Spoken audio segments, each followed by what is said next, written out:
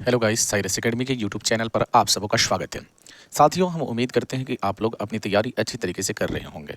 साथियों, हमने वादा किया था कि 10 दिन के अंदर 10 दिन में हम समाप्त कर देंगे इकोनॉमिक्स को, और इकोनॉमिक्स के ऑब्जेक्टिव और सब्जेक्टिव दोनों को हम 10 दिन में समाप्त कर देंगे साथियों। और याद रखिएगा कि सब्जेक्टिव और ऑब्जेक्टिव मैं 10 दिन में ऐसा तैयारी करा दूंगा मेरे साथियों कि आपको एग्जाम में एक भी इकोनॉमिक्स का प्रश्न नहीं छूटेगा साथियों। ठीक है साथियों, चलिए हम लोग देरी नहीं करते हैं साथियों, जल्दी से प्रश्न देखते हैं। चलिए साथियों, पहला प्रश्न आज का देखते हैं। आज का पहला प्रश्न क्या है? चलिए साथियों, आज का पहला प्रश्न है मेरे साथियों, भारत में वित्तीय वर्ष कहा जाता है। वित्तीय वर्ष 1 जनवरी से 31 दिसंबर तक, 1 जुलाई से 30 जून तक, या 1 अप्रैल से 31 मार्च, या 1 सितंबर से 31 अगस्त तक। साथियों, इस प्रश्न का आंसर क्या होगा? तो याद रखिएगा मेरे साथियों कि भारत में वित्तीय वर्ष कहा जाता है 1 अप्रैल से 31 मार्च तक। ठीक है साथियों, इस प्रश्न का सही आंसर क्या है कि 1 अप्रैल से 31 मार्च तक को भारत में वित्तीय वर्ष कहा जाता है। चलिए साथियों, अगले प्रश्न को देखते हैं। अगला प्रश्न है कि भारत में किस राज्य का प्रति व्यक्ति आय सर्वाधिक है?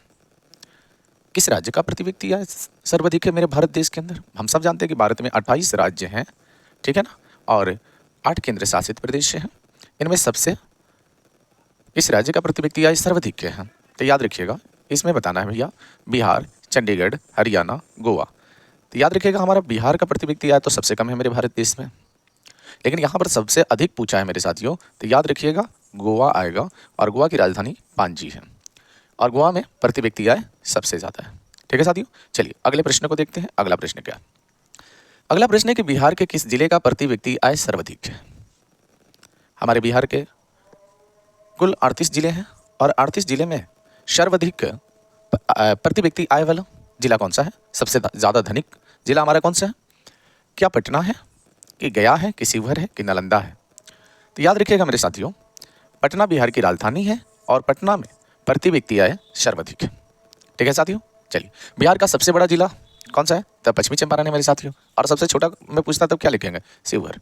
ठीक है साथियों, चलिए अगला प्रश्न देखते हैं कि दादा भाई नौरोजी ने सर्वप्रथम राष्ट्रीय आय का अनुमान कब लगाया? कब लगाए थे दादा भाई नौरोजी जी? आप सब जानते हैं कि दादा भाई नौरोजी कांग्रेस के सेकेंड कांग्रेस के अध्यक्ष बने थे। WC बनर्जी बने थे आपके मुंबई में जो हुआ था गोकुलदास तेजपाल संस्कृत विद्यालय में। उसके बाद में दूसरा जो अधिवेशन हुआ कांग्रेस का, वह कोलकाता के अंदर हुआ था, और वहाँ पर जो अध्यक्षता किए थे वह हमारे दादा भाई नौरोजी जी थे। और यहाँ पर आ रहा है सवाल कि सर्वप्रथम राष्ट्रीय आय का अनुमान। तो देखिए दादा भाई नौरोजी ने 20 रुपया प्रति व्यक्ति आय बताया था। 20 रुपया मेरे भैया, ठीक है ना? कितना बताया? 20 रुपया बताया था प्रति व्यक्ति आय। और किसने बताया? दादा भाई नौरोजी ने प्रति व्यक्ति आय भारत का बताया था। तो कब बताया? 1868 में, 1968 में, 1878 में, या 1998 में?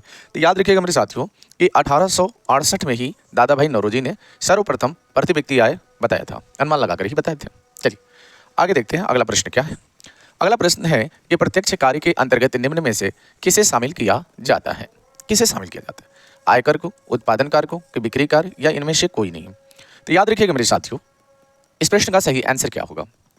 इस प्रश्न का आंसर होगा कि प्रत्यक्ष कार्य के बारे में बोला। प्रत्यक्ष का मतलब होता है सामने, ठीक है ना? अप्रत्यक्ष आप नहीं देख रहे हैं तब, लेकिन यह प्रत्यक्ष, प्रत्यक्ष माने सामने, ठीक है ना? प्रत्यक्ष कार्य के अंतर्गत निम्न में से किससे शामिल किया जाता है? तो याद रखिएगा आयकर जो होता है ना, आयकर लगता है हमारे देश के अंदर, वह प्रत्यक्ष कार्य है। ठीक है ना?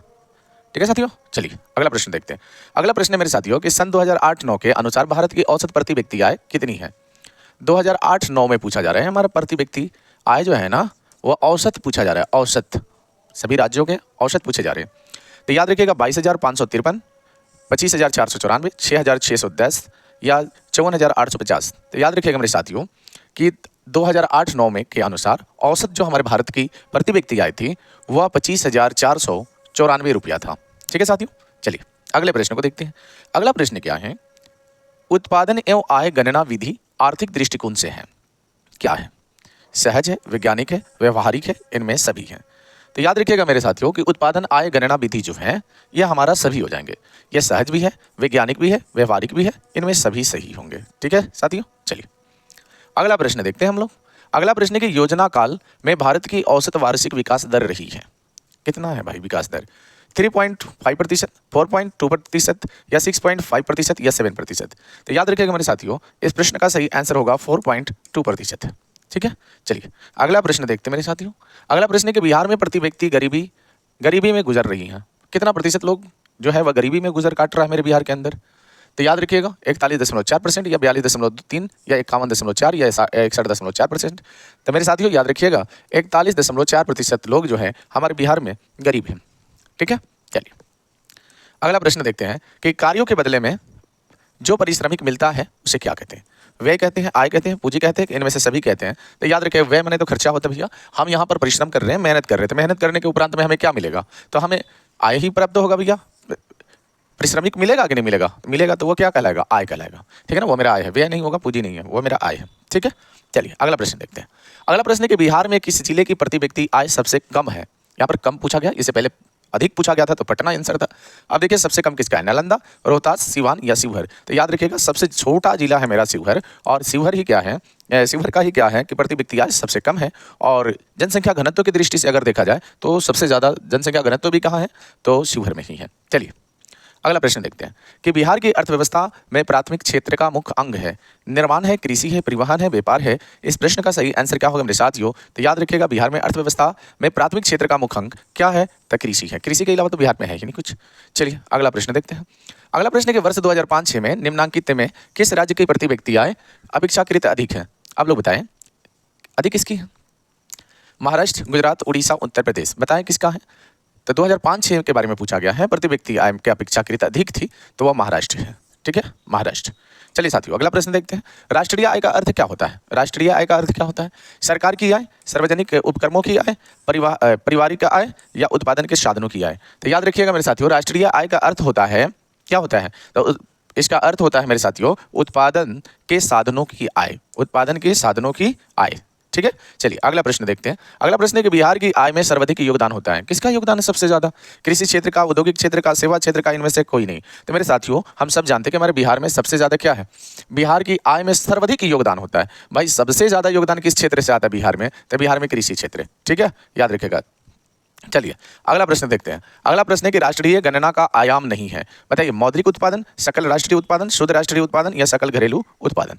बताइए इस प्रश्न का सही आंसर क्या होगा मेरे साथियों? तो याद रखिएगा मौद्रिक उत्पादन। कौन उत्पादन? मौद्रिक उत्पादन। चलिए अगले प्रश्न को देखते हैं मेरे साथियों। राष्ट्रीय आय का जाना जाता है, राष्ट्रीय आय जाना जाता है आय गणना विधि, व्यवसायिक गणना विधि, उत्पादन गणना विधि या उपयुक्त सभी के द्वारा।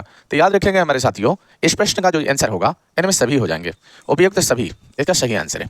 ठीक है साथियों, चलिए अगला प्रश्न को हम लोग देखते हैं। y बराबर C+I फार्मूले को बताया गया है। ये किसने बताया भाई? ये फार्मूला किसने दिया? याद रखिएगा प्रोफेसर कैन्स ने दिया, प्रोफेसर फिशर ने दिया, प्रोफेसर मार्शल ने दिया या प्रोफेसर पिंगो ने दिया। तो याद रखिएगा मेरे साथियों इस प्रश्न का सही आंसर होगा प्रोफेसर कैन्स ने दिया था। ठीक है साथियों, चलिए अगला प्रश्न देखते हैं। चलिए साथियों इसी प्रश्न के साथ इस सेशन को यहीं समाप्त करते हैं। उम्मीद करते हैं कि आप लोगों को मेरा यह छोटा सा प्रयास अच्छा लग रहा होगा। अगर अब तक आपने मेरे चैनल को सब्सक्राइब नहीं किया मेरे साथियों तो प्लीज़ आप लोग सब्सक्राइब कर देंगे। अगर नहीं किए होंगे तब कीजिएगा साथियों। ठीक है, और लाइक कर दीजिएगा और अपने साथियों में इसे शेयर कर दीजिएगा। ठीक है साथियों, चलिए फिर से मिलते हैं नेक्स्ट अगले वीडियो में। तब तक दीजिए इजाज़त। जय हिंद, जय भारत।